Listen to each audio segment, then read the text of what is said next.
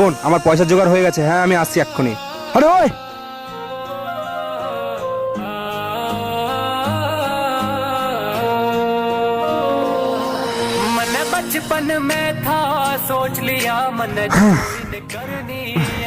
এদিকে তো আসলো।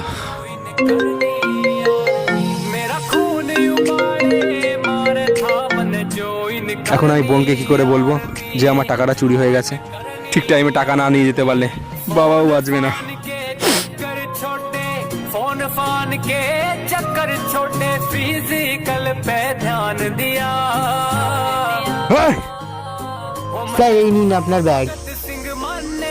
কিন্তু তুই ব্যাগটা ফেরত নিয়ে আসলি কেন? স্যার ছোটবেলায় আমার বাবা বিনা চিকিৎসায় মারা গেছিল, তাই আমি আজ এমন। কিন্তু আমি আর চাই না আর কেউ বিনা চিকিৎসায় মারা যাক। থ্যাঙ্কস ভাই।